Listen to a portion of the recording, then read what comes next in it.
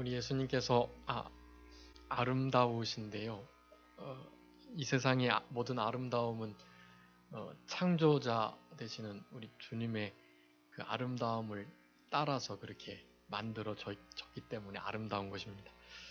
네, 그런데 그 모든 아름다운 것들 또 고운 것들 그거 다 헛되다고 그랬어요. 전도서에 아무것도 아니라고 그랬습니다. 아름다운 것도 고운 것도 다 거짓되고 헛되되 여호와를 경외하는 자, 잠언의 31장에 그랬는데 여호와를 경외하는 여인이 칭찬을 받겠다 그렇게 말씀합니다. 우리의 속사람이 그렇게 아름답게 단장이 돼서 우리 아름다운 주님을 그렇게 반가이 맞을 그날을 잘 준비했으면 좋겠습니다. 오늘 누가복음 9장 28절부터 56절 45절까지 그렇게 돼 있는데요. 지난 시간에 우리가 46절부터 56절까지 잘 다루지 못해서 시간이 될 때까지 그렇게 하도록 하겠습니다. 변화산 위에서와 아래서의 일이라는 제목으로 하나님의 말씀 증거하겠습니다. 우리 예수님께서 이제 갈릴리 3차 사역을 마무리하시면서 가장 중요한 사건을 맞이하셨습니다. 그래서 그 지난 시간에 우리 제자들의 신앙 고백과 예수님을 따르는 자들의 마음 상태, 각오에 대해서 말씀드렸고 가장 중요한 것은 많이 있지만 자기를 부인하고 날마다 자기 십자가를 지고 예수님을 쫓아야 할 것, 그것이 너무나 중요한 제자도의 길이다. 제자됨의 길인 것을 우리가 기억하고 그 숨은 의미, 영적인 의미들이 물론 있지만 그 성경, 문자적인 성경 자체로도 너무나 복된 말씀이에요. 그렇기 때문에 그 말씀을 우리 성도님들의 심령에 계속 새기면서 그렇게 믿음으로 살아가면 제자들과 같은 실수를 하지 않고 우리는 하나님 앞에 온전한 칭찬을 그렇게 받으면서 그렇게 나중에 주님 앞에 서게 될 줄로 믿습니다. 그런 신앙의 각오 그리고 베드로의 하나님께서 알게 해주시는 깨닫게 해주시는 그 신앙 고백을 통해서 그 진리 위에 견고하게 교회가 세워졌다.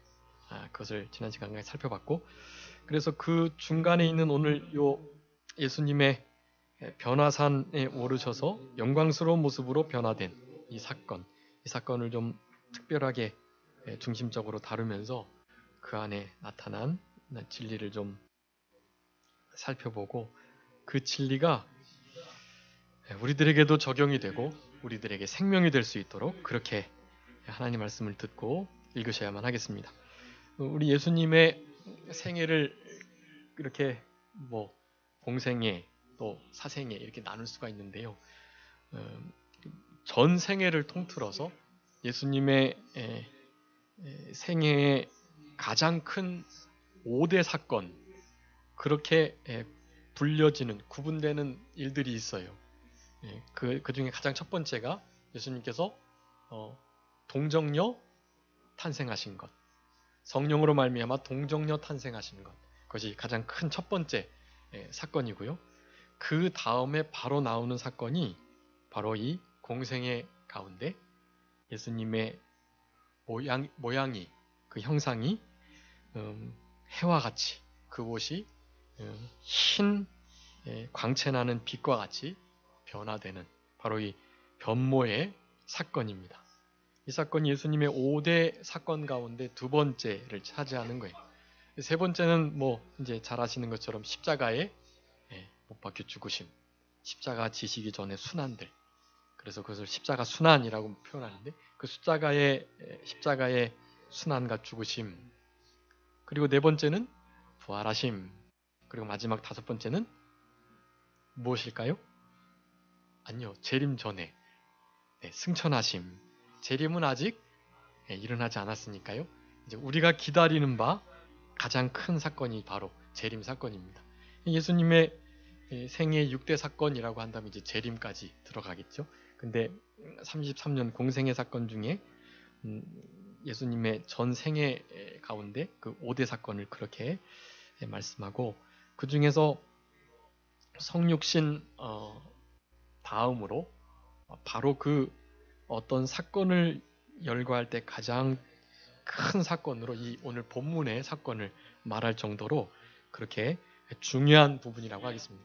이 부분이 왜 중요하냐 하면 그 전까지 계속해서 우리 예수님께서 제자들에게 그리고 따르는 무리들에게 우리 예수님께서 그네들이 그렇게 기다렸던 메시아 그리스도이심에 대해서 그렇게 증거를 해 주셨어요. 공생애를 시작하시기 전에 그렇게 사탄에게 시험을 받으시면서, 그리고 요단강 세례 요한에게 와서 세례를 받으실 때, 그럴 때 우리 하나님께서 그런 증거를 보여주셨습니다. 이는 내 사랑하는 아들이고 내가 나의 기뻐하는 자다.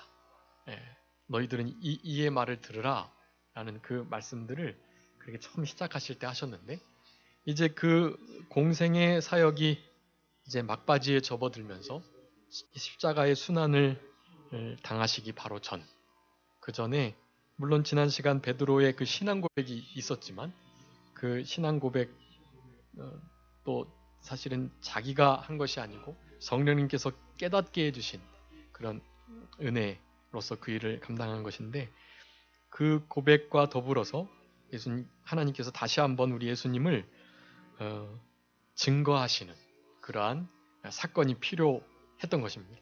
그래서 이 변화산의 사건을 허락하신 거예요. 여기서 이제 본문에서도 나오지만 하나님께서 예수님의 말을 들으라는 거예요. 엘리야 모세 있었는데 그네들은 이제 떠나가고 보이지도 않고요. 오직 예수만 보이게 만드신 거예요. 그리고 그 예수의 말을 들어라. 우리 흔히 이런 성구사 기독교 백화점 같은 데 보면 오직 예수라는 그 표구 같은 게 있잖아요. 그 표구가 바로 누가 이 변화산 사건에서 오직 예수만 보이시더라 할 때 그 오직 예수를 딴 거예요. 예, 오직 예수, 그분의 말만 들어라. 그는 나의 아들이고 나의 사랑하는 자, 나의 택함 받은 자이다. 택함 받은 자는 그리스도란 뜻이죠. 그래서 예수님의 공생의 사역의 그 여러 일들을 확증하시는, 그리고 하나님의 아들, 바로 하나님이신 것을 확증하시는 그런 사건이 오늘 본문의 사건이고, 이 사건을 통해서 우리가 교훈받을 수 있는 가장 중요한 것 중에 하나는 우리도 예수님처럼 이렇게 변화될 줄로 아는 것, 그리고 그 완전한 그분과 같이 그와 같이 변화되기 바로 전 우리도 최대한 그분을 힘써 닮아가야 할 것. 우리 마음으로 새롭게 되어서 변화를 받아서 하나님의 선하시고 기뻐하시고 온전하신 뜻을 이루어 드리는 우리의 몸을 산제사로, 기뻐하시고 거룩한 산제사로 그렇게 영적 예배를 드리는 이 일을 힘써가면서 우리도 변화하는 생활을 해야 할 것을 우리들에게 교훈하고 계시는 것입니다. 그러니까 뭐 기독교를 여러 가지 종교로 표현하는데 뭐 사랑의 종교, 뭐 생명의 종교, 부활의 종교, 또 윤리, 도덕의 종교, 예. 그렇게 성경의 이 모든 정신들이 좋으니까 윤리적으로 참 좋다. 그래서 다른 교회에 있을 때 믿지 않는 부모님인데요. 뭐 여러 가지 종교들이 있지만 그래도 교회에서 목사님이나 전도사님이 해주시는 말씀이 참 윤리적이고 좋더라. 뭐 유교에서는 뭐 서양 종교라고 터부시하지만 사실은 그 성경을 조금만 살펴보면 얼마나 부모를 공경할 것에 대해서 강조하고 있기 때문에 그런 부분에서 아주 이렇게 이성적으로 판단할 때에도 괜찮다 하는 생각을 가질 수 있는 그런 우리 성경이고 그런 종교인 것입니다. 이 비방을 위한 비방을 하기 위해서 이제 그렇게 모함을 하고 그런 일들이 좀 있긴 한데요. 어쨌든 그렇게 믿지 않지만 그런 것 때문에 보내시는 부모님들도 계셨어요. 그만큼 성경이 아주 윤리적인 그리고 도덕적인 인격을 갖추어 나갈 수 있는 그런 좋은 말씀들을 많이 가지고 있기 때문에 그렇습니다. 그런데 그 모든 여러 가지 그런 형용할 수 있는 단어들이 있지만 그 중에서 정말 중요한 이 표현 중에 하나는 바로 기독교는 변화의 종교다라고 말을 해야만 하는 것입니다.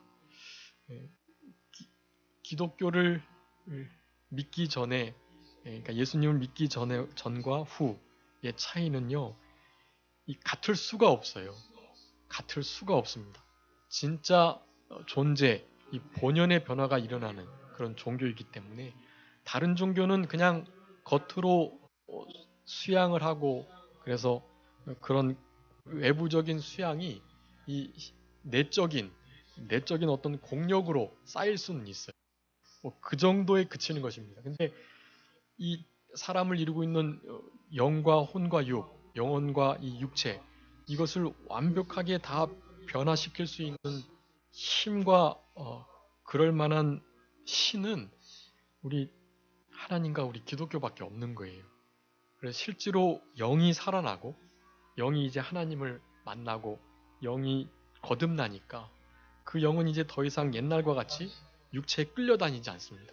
육체를 자꾸만 제어하고 이기려 하고 육체를 쳐서 복종시키려고 하는 그렇게 되면 실제적으로 육체가 변화가 되게 돼 있어요. 아주 비근하게 술과 담배를 끊을 수 있고 이렇게 주색 잡기 하는 것들을 끊을 수 있는 그렇게 되면 얼마나 육체가 좋아지겠어요. 육체의 실제적인 변모를 가져올 수 있는 사실은 유일한 종교입니다. 더욱더 영적인 것은 말할 것도 없고요. 영이 살아나는 일, 하나님을 만나 연결되는 성령과 연합되는 이 일은 우리 변화의 종교인 기독교밖에 없는 것입니다. 사실은 그것을 나타내 주시려고 우리 예수님께서 특별히 세 제자를 데리고 변화산으로 올라가신 거예요. 물론 그 변화산에서도 실수를 했고 변화산 내려오면서도 사실은 또 실수를 하고 그랬습니다.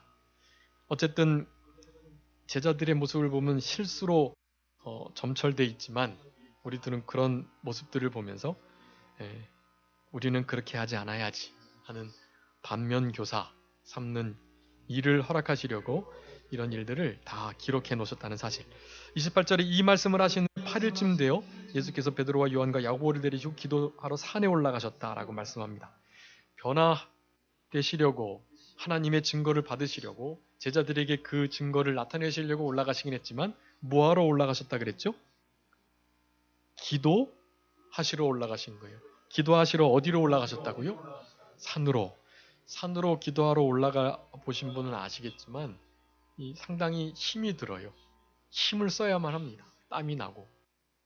그렇게 하나님을 더 가까이 가려고 찾고 구하고 두드리고 그분을 전심으로 찾고 또 찾으려는 그런 태도를 우리가 나타낼 때 그럴 때 하나님께서는 우리를 만난 바 되어주시고 또 찾아와 주시고 우리들에게 응답해 주시고 기도를 통한 여러 가지 큰 응답들을 허락해 주시는 은혜를 내려주신다라는 것입니다. 기도하러 올라가셨는데 다른 평행 구절들이 우리 마태복음 17장하고 마가복음 9장에 동일한 사건을 기록하고 있어요. 근데 거기서는 요 기도하러 갔다라는 단어가 없습니다. 그냥 산에 오르셨다는 거예요. 그랬는데 그 산은 변화산이라고 흔히 불리는데 그 산은 사실은 아주 높은 산입니다. 그래서 높은 산에 오르셔서 그렇게 변화의 역사를 경험한 거예요. 그러니까 그냥 뭐 어디 나지막한 중턱산 그런 데 올라가신 게 아니고 계속해서 육체의 한계를 경험하는 그런 높은 산에 오르셔서 그렇게 하나님의 증거를 얻으셨다. 우리들에게도 시사하는 바가 있습니다. 물론 집에서 골방을 만들어 놓고 기도하는 거 참 좋고요. 노방규 목사님 예전에 이렇게 신방 다니시면서 어느 집에 베란다에다가 기도 이렇게 굴을 만들어 놓은 것을 보시고 그 다음에 이제 신방 다니실 때마다 다른 분들에게 어떤 집에서 이렇게 베란다에다가 기도굴을 만들었는데 이 집도 기도 처소를 만들라고 그렇게 이제 말씀을 하셨다고 하시는데 우리 목사님 그 새로 이사한 아파트에도 기도 골방을 만들어 놓으셨더라고요. 거기 기도 왕궁이라고 써 있었나요? 기도 왕궁? 아, 은밀궁, 은밀궁. 네, 은밀궁. 네, 그 아가서에 나오는 봉안샘 덮은 우물, 잠근 동산, 그와 같은 곳이죠. 은밀궁. 그곳에서 이제 계속 우리 교회를 위해서 기도해 주시고 이제 그러신다고 하시는데, 그런 기도처서를 집에 마련하는 거 참 귀한 일입니다. 그런데 그렇게 집에서 기도하시다가도 교회에 어떤 기도의 모임이 있으면 교회에 나와서 기도하시는 게 더 좋아요. 교회에 나오셔서 금요 저녁 기도회, 또 금요 구역 예배 때 구역 식구들을 위해서 기도하는 그 일들, 또 가장 좋은 건 새벽 기도겠죠. 새벽 기도. 예. 또 예전에 한번 말씀드렸지만 수요 예배도요, 원래 수요 기도회로 처음 모이게 되었던 거예요. 그래서 지금 이제 새벽 기도회는 뭐 두말할 것 없고요. 다 기도회였는데 그 기도회가 이제 조금 이제 정착이 되면서 예배 형식으로 바뀌게 되었던 것입니다. 어쨌든 수요 예배를 통해서 기도하는 일, 금요 저녁 기도회 하는 거, 구역이 모여서 함께 예배드리고 기도하는 거, 새벽마다 하나님 앞에 기도하는 거, 얼마나 좋은지 모릅니다. 근데 그보다 더 좋은 것은 뭘까요, 여러분? 교회에서 기도하기보다 산에 가서 기도하는 거예요. 기도원에 가서. 우리 청년부원들 이렇게 분기 때마다 이렇게 우리 경기도 광주 기도원에 가서 기도하는데, 아마 이번 주 지금 이제 오늘도 이제 가는 날이라고 제가 알고 있는데, 너무 복된 일이에요. 그 광주 기도원은 지금 이제 창광하고, 그리고 몇 창광만 오는 것 같아요. 창광만 그래도 청년부원들이 2, 3 청년부원들이 이렇게 막 많이 데리고 한 2, 30명, 3, 40명 막 와요. 청년들이 와서 기도를 하는데, 지금은 이제 그것이 어떻게 잘 유지가 될지는 모르겠지만, 어쨌든 그런 기도의 끈을 놓지 않도록 잘 인도자들이 그렇게 인도하는 것이 참 중요하겠고, 특별히 이렇게 산기도를 청년의 때에 가르치는 일고 무엇보다도 중요하다고 하겠습니다. 이 기도원 안에도 어떤 공간들이 있는데요. 그런 기도원, 기도실 공간보다도 더 좋은 건 진짜 산에 올라가는 거예요. 옛날에는 다 그러셨다 그래요. 스티로폼 가지고 비닐, 그리고 이렇게 담요 덮어 쓰고 그렇게 눈 위에서도 막 그렇게 기도를 하셨다고 해요. 삼각산에서나 뭐 봉은동 뒷산에서나 늘 그렇게 기도하셨다고 합니다. 그런 본을 따라서 우리들도 좀 지금 화요 산기도 우리가 가는데 그거 한참 좀 못하긴 했는데, 이제 요 전도 그 총동원 전도 기간 끝난 다음에 바로 그 산기도도 이제 날이 좋으니까 하면 참 좋을 것 같고, 어쨌든 예수님의 이 기도하시러 높은 산에 오르셨던 이 기도의 본을 따라서 우리 예수님은 지난 시간에 머리 둘 곳 없으셨다 그랬죠. 뭐 머리 둘 곳 사실은 다 있어요. 다 돈도 있고, 돈꾀가 가룟 유다가 잘 관리하고, 물론 도둑질은 해갔지만 그렇게 도둑질을 하고 그럴 만큼 돈이 없으신 게 아니에요. 가난한 게 아니에요. 모든 여인들, 마리아들이 자기의 모든 소유를 팔아서 예수님의 사역을 잘 도왔기 때문에 그렇게 가난하신 것이 아니었어요. 그렇지만 굳이 산에 오르셨던 것입니다. 낮에는 회당에서 가르치시고 밤에는 산에 가셔서 쉬셨어요. 산에 가셔서 기도하시면서 쉬시면서 우리 주님과 교통을 나누셨던 것입니다. 여러분, 이 본을 따라서 산기도가 시작된 것이고, 그런 산기도를 하는 나라가 우리나라밖에 없는 거예요. 네. 그래서 하나님이 기뻐하시는 나라인데, 그런 전통을 우리가 좀 잘 이어갔으면 좋겠고, 오늘 예수님께서 분명히 기도하시러 높은 산에 오르셨다. 이 산은 헬몬산이라고, 그 해발 2,800고지가 넘는, 그러니까 우리 백두산이 2,700고지잖아요. 그러니까 백두산보다도 높은 산이에요. 훨씬 조금 더 높은 산이에요. 근데 그 산 꼭대기에 올라가신 건 아니겠지만 그 높은 산을 향하여서 그렇게 오르셔서 기도를 드리셨다라는 사실입니다. 베드로와 요한과 야고보, 이 세 제자만을 데리시고, 이것은 편애하신 게 아니고요. 특별히 이 제자를 통해서 이 제자들이 좀 몇몇 예수님과만의 그런 사역들을 한 일들이 좀 있습니다. 그래서 이들을 통해서 구심점을 잡으시는 거예요. 구심점. 우리 12제자 중에도 이 세 제자가 더 구심점이 되고, 그 다음에 12제자, 그 다음에 70명의 전도대원들, 이제 우리 10장에서 나오는데, 그 뒤에 또 120명의, 그리고 그 다음에 이제 2,000명, 5,000명 되는 예수님을 따르는 무리들이 있었던 것입니다. 더 헌신적이고 하나님 말씀을 사모하는 자들, 하나님께서 그들을 부심점을 삼으셔서 그렇게 하나님의 일들을 해 나가시는 것입니다. 하나님은 이렇게 믿음 있는 자들을 쓰셔서 일을 해 나가시는 거예요. 그런 의미입니다. 그것이 편애가 아니라는 것을 우리가 좀 알아야 되겠고, 29절에 기도하실 때 용모가 변화되셨다라고 말씀합니다. 그 옷이 희어져 광채가 났다. 우리 예수님께서 이렇게 영광스러운 모습, 이건 부활체의 모습과 동시에 우리 예수님께서 선지하셨던 우리 예수님께서 가지셨던 그 영광스러운 모습, 물론 그 영광스러운 모습과는 비교도 할 수 없을 정도지만 우리 성경에서 표현할 수 있는 최고의 표현, 해와 같이 빛났다. 다른 복음서에 그렇게 말하고 있고, 또 옷이 사람이 빨 수 없을 만큼 희어졌다. 희어져서 빛이 났다. 그렇게 말합니다. 빛이 나는, 얼굴이 해와 같은 그런 상태로 변화하신 우리 예수님의 모습, 우리들도 그렇게 변화될 것임을 나타내 주시는 것이고, 우리 예수님은 이런 영광스러운 하나님이셨다, 하나님의 아들이셨다라는 것을 알려주시기 위해서 그렇게 변화되신 것입니다. 계시록 1장 16절에 우리 예수님 얼굴이 해와 같이 빛난다 그렇게 표현하고 있는데, 베드로, 야고보, 요한 이 세 제자가 이렇게 특별히 자기들만 경험한 이 사건을 성경에 당연히 기록해 놨겠죠. 근데 베드로만 기록해 놨습니다. 베드로 후서 1장 16절 18절 한번 읽어주시기 바랍니다.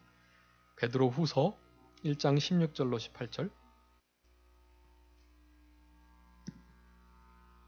16절 우리 주 예수 그리스도의 능력과 강림하심을 너희에게 알게 한 것이 공교히 만든 이야기를 쫓은 것이 아니요 우리는 그의 크신 위엄을 친히 본 자라. 지극히 큰 영광 중에서 이러한 소리가 그에게 나기를 이는 내 사랑하는 아들이요 내 기뻐하는 자라 하실 때에 저가 하나님 아버지께 존귀와 영광을 받으셨느니라. 이 소리는 우리가 저와 함께 거룩한 산에 있을 때에 하늘로서 나옴을 들은 것이라. 아멘. 분명히 듣고 자기네들이 함께 그곳에 있었다라는 사실을 분명히 하고 있습니다. 베드로만 쓸 수 있는 기사이겠죠. 내 기뻐하는 자, 내 사랑하는 자다라는 말을 내가 들었고, 그런 예수님을 내가 보았고, 그리고 그분이 다시 강림하신다고 지금 말하고 있는데, 그 강림하신다는 말이 가짜가 아니다. 그렇게 지금 증거를 하고 있는 것입니다. 문득 두 사람이 예수와 함께 말을 했는데, 이는 모세와 엘리야다라고 말합니다. 모세는 율법의 대표자, 그리고 엘리야는 뭐의 대표자겠죠? 선지서의 대표자. 율법과 온 선지자의 강령, 그것이 구약입니다. 구약을 대표하는 두 인물이 모세와 엘리야. 엘리야는 그저 죽음을 보지 않고 승천했고, 모세는 당연히 죽긴 했지만 눈이 흐려지지 않고 기력이 쇠해지지 않았던, 그리고 또 시체를 찾을 수 없었던 그런 인물입니다.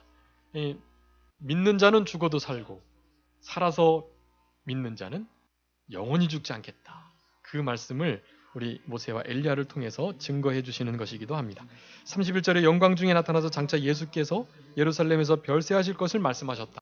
엘리야와 모세가 말을 하는데요, 다른 말을 한 게 아니에요. 무슨 말씀을 했다고요?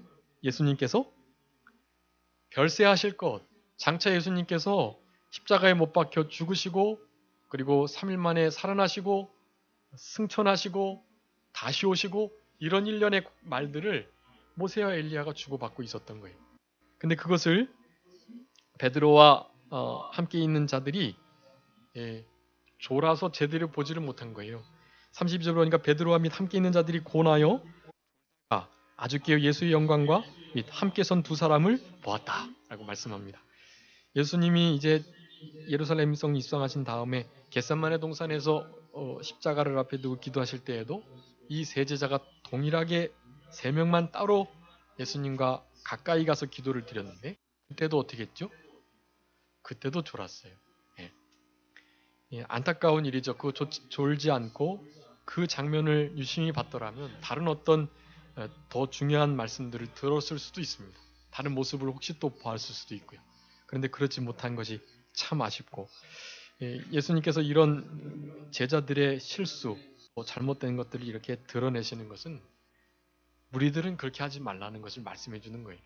이들은 이랬지만 이들은 전도하고 병 고치고 또 복음을 이렇게 증거하고 막 또 여러 가지 이렇게 이동하면서 막 힘이 들고 그러니까 졸릴 수밖에 없는 거예요. 일을 많이 하니까. 그런데 그런 것에 마음을 써서 졸지 말고 영적인 일에 보이지 않는 세계를 더욱더 관심을 가지라라는 교훈을 우리들에게 하시기 위함인 것입니다. 그리고서 이제 33절에 보면 두 사람이 떠날 때라고 표현합니다. 두 사람은 떠나는 거예요. 이 율법과 선지서 이것은 의문에 속한 것, 의문에 속한 것은 우리 예수 그리스도의 오심으로 말미암아 다 폐해진 거예요. 그 형식적인 법들, 의문에 속한 법들 이런 것은 다 골로새 2장 16절에 보면 다 폐해진 것으로 말합니다. 그 내면에 숨겨진 바 도덕적인 면은 우리가 지켜나가야 되지만 의식적인 면, 형식적인 면은 다 폐해진 거예요. 우리 예수님께서 완전히 이루셨기 때문인 것입니다. 그들이 떠나서 없는 거예요. 그런데도 그들은 이렇게 말합니다. 주여 우리가 여기 있는 것이 좋사오니 우리가 초막 셋을 짓 때 하나는 주를 위하여 하나는 모세를 위하여 하나는 엘리야를 위하여 하사이다 라고 말을 합니다. 자기가 하는 말이 무슨 말인지 모르면서 그 말을 한 거예요.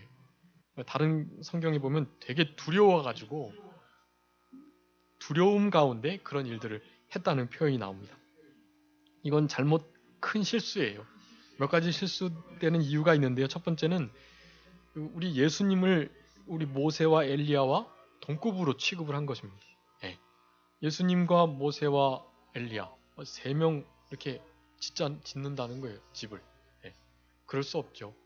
그리고 그 세 분은 이런 무슨 공간적인 장소에 갇혀 계실 분이 아니에요. 그분의 본질들을 다 몰랐다라는 사실입니다. 그리고 더 중요한 것은 이렇게 변화산에 올라와서 여기가 좋사오니는 참 좋긴 한데 사실은 더 중요한 것은 밑에 내려가서 이 변화산의 사건을 통해서 하나님께서 우리에게 주시는 위로와 능력을 경험하고 나중에 예수님과 같이 영광스럽게 변화될 그 모습을 사모하면서 사역을 해야 하는데 사역하지 않겠다는 거예요. 지금 아래 어떤 일이 일어나는지 관계 없다는 거예요.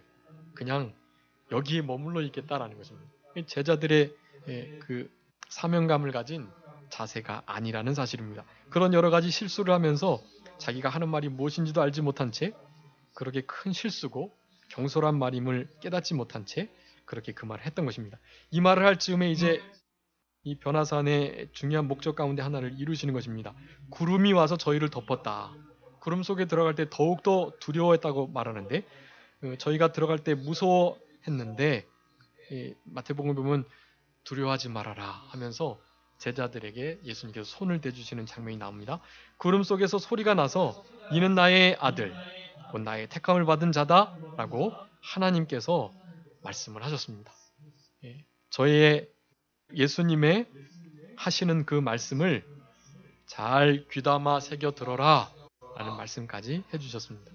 이제 다른 복음서에 보면은 나의 사랑하는 아들 기뻐하는 자, 내 사랑하는 자 기뻐하는 자다라는 단어가 더 추가되어 있는데요. 사랑하고 기뻐하는 자로서 하나님의 아들이시고 그리고 택함을 받은 자다. 택함을 받은 자라는 것은 그리스도 메시아 구원자로서 그렇게 사역을 하시는 분이시다라는 뜻을 나타냅니다. 저의 말을 들어라.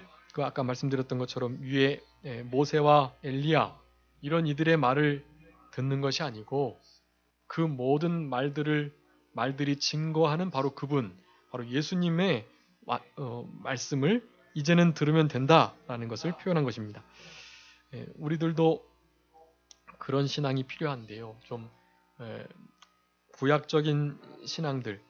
근데 이제 구약이 사실은 우리가 흔히 생각할 때 무슨 그저 예화로만 쓰이고 이스라엘의 역사로서 이렇게 뭐 설화처럼 여기는 경향이 아주 많거든요. 근데 그건 너무 잘못된 거예요.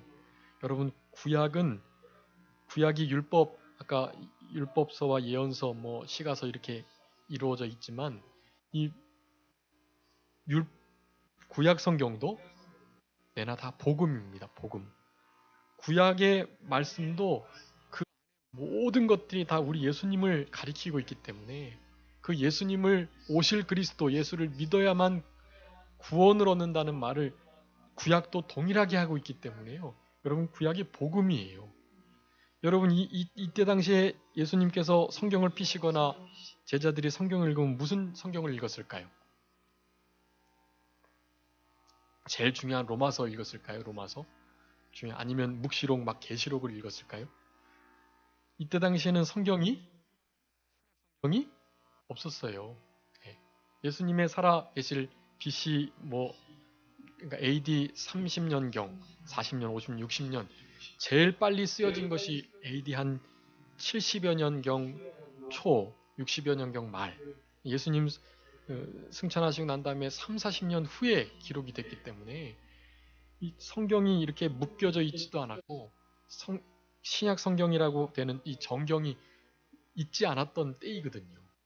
제자들이 이제 그런 편지들을 쓰고 우리 사도 요한은 계시록을 집필하고 그런 때였어요. 그때 당시에 성경을 읽는다 그러면 뭐를 읽는 거예요? 구약 성경을 읽는 거예요. 구약 성경. 그렇기 때문에 구약 성경도 복음서와 같다라는 생각을 가지시고 구약을 사랑하시면서 읽으셔야만 합니다. 그래서 더 중요한 것은 그것이 실체가 된 예수님의 사건을 기록하는 신약이 있기 때문에 그것이 신약을 뒷받침하는 것으로 사용되면 되는 거예요. 실제적인 복음의 아주 중요한 부분이지만 그것이 뒷받침되도록 잘 사용하면 되는 것입니다. 그러니까 신약이 우리들에게 더 유익하기도 하지요. 그렇지만 구약이 결코 신약보다 못하지 않다라는 생각을 우리는 가져야만 합니다. 신구약을 그렇게 조화롭게 그렇게 읽고 또 공부하는 일이 그래서 아주 중요하다고 하겠는데요. 어쨌든 이들에게는 이 구약이 그저 의문에 속한 것으로 느껴지는 것이요. 근데 그렇게 하지 말라는 거예요. 하지 말고 그 모든 것을 완성하고 이루신 우리 예수님의 말씀에 주의하라.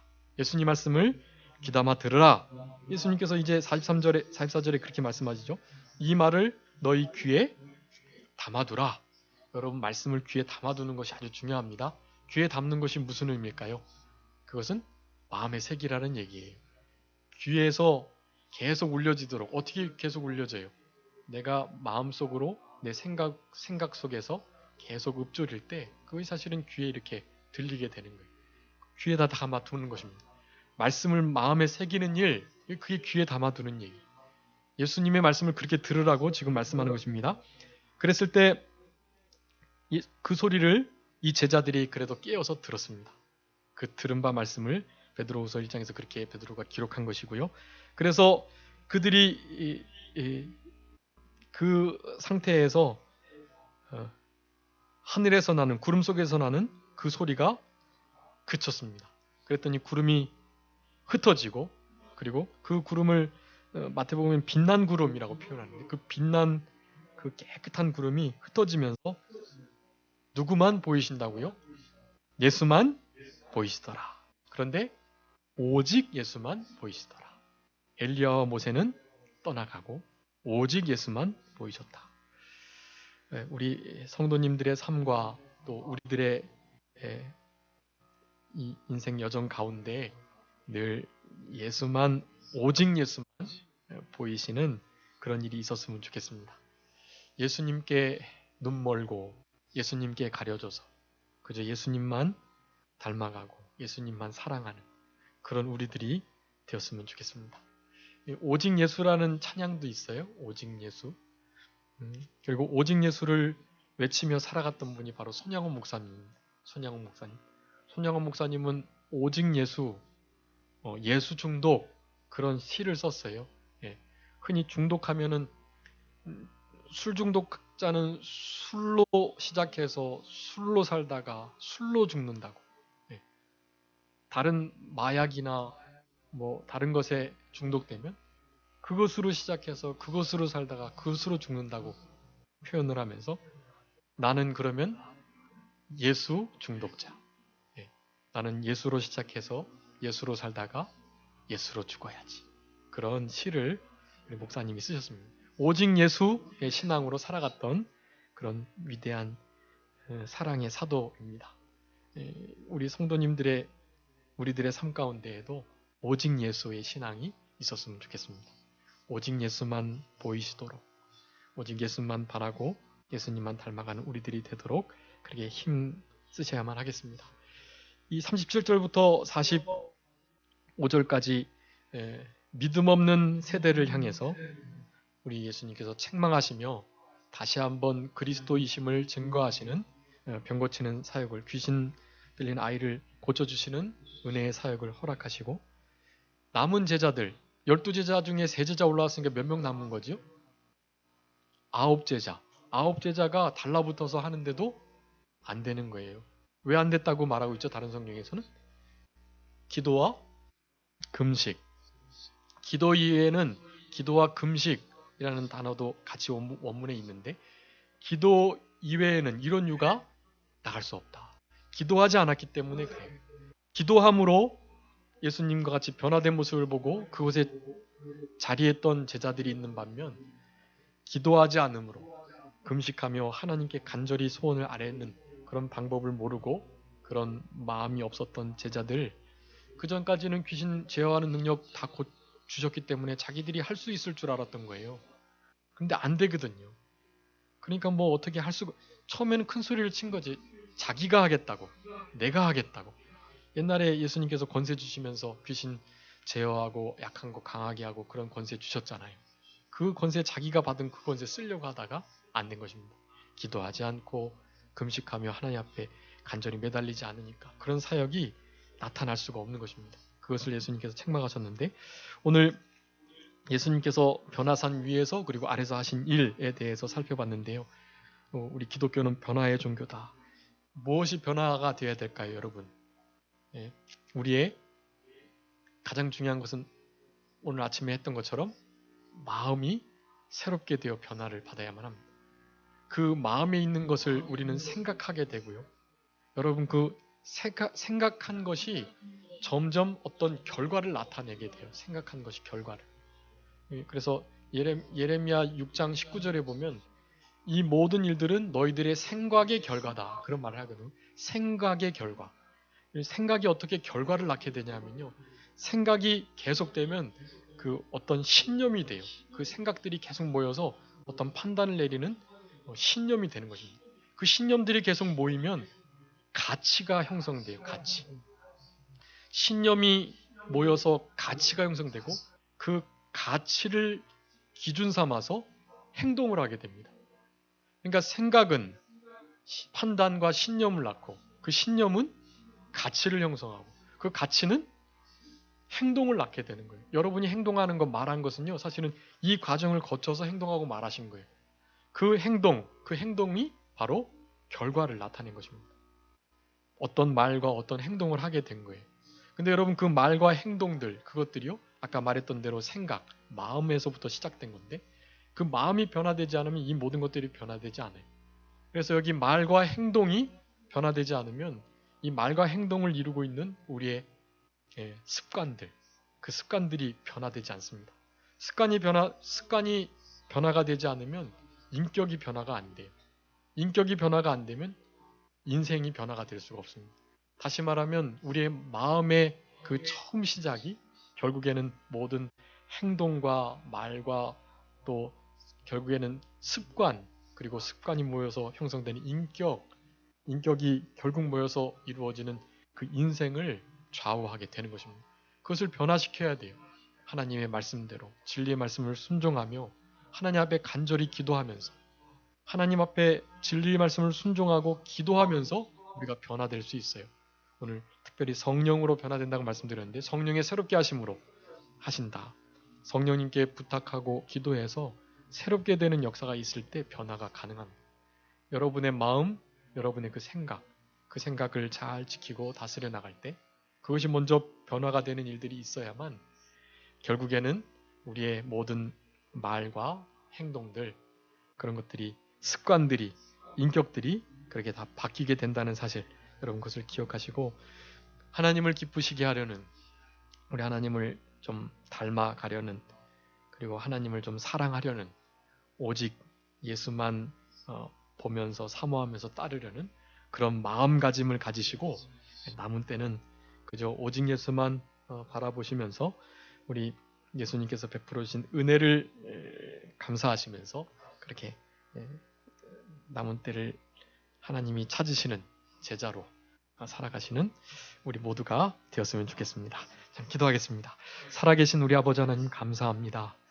우리 예수님께서 갈릴리 3차 사역을 마무리하시면서 변화산에 올라가셔서 후련히 영광스러운 모습으로 하나님의 아들, 하나님으로의 그 광채가 나는 그 역사를 통해서 제자들에게 우리 예수님께서 하나님이심을, 하나님의 아들이심을, 그리스도이심을 분명히 증거해 주시는 이 확신을 우리에게 허락해 주시는 것을 감사합니다. 하나님, 이런 일들을 이 말씀을 읽으면서 우리가 늘 경험하게 하시고 우리 예수님과 함께 기도하러 산에 올라 우리 주님의 변화된 모습을 보고 그와 같이 될 줄로 믿고 기대하고 고대하면서 그렇게 오직 예수만 보며 남은 생애를 살아가는 우리들이 될 수 있도록 주님께서 좀 역사하시고 도와주시기를 간절히 바라옵고, 우리 마음이, 우리의 생각이, 그래서 우리의 말과 행동이, 우리의 습관과 우리의 인격이, 그래서 우리의 인생이 좀 우리 주님 닮고 신의 성품에 참여하는 참된 변화된 인생들을 걸어가는 우리들이 되게 하여 주시고, 되지 못한 인격과 못된 성품들이 좀 다듬어지며 늘 넘어지고 그렇게 범죄했던 그런 반복적인 죄악들을 좀 이제는 끊어내면서 심령천국을 잃어버리고 그렇게 우리 주님 기쁘시게 하기보다 자기를 위해서 살아갔던 것, 이런 모든 것들을 좀 원통히 여기면서 변화된 삶을 살기를 다짐하는 그런 우리의 남은 생애가 될 수 있도록 우리 주님께서 역사하시고 도와주시기를 간절히 바라옵고, 남은 모든 주의 날도 하나님이 기뻐하시는 날로 온전히 드리게 하여 주시고, 이번 주 내내 있을 여러 가지 일들, 특별히 6월 1일 날 있는 우리 박성렬 집사님 수술하는 일들, 아프신 성도님들과 또 여러 가지 어려운 일을 당한 성도님들, 우리 주님께서 특별히 붙들어 주시고 보호하여 주시고 권고하여 주셔서 그 모든 어려움들을 믿음으로 잘 이겨낼 수 있도록 주님께서 역사하여 주시고 은혜를 허락하여 주시옵소서. 감사하옵고 예수 그리스도의 이름으로 기도 올리옵나이다. 아멘.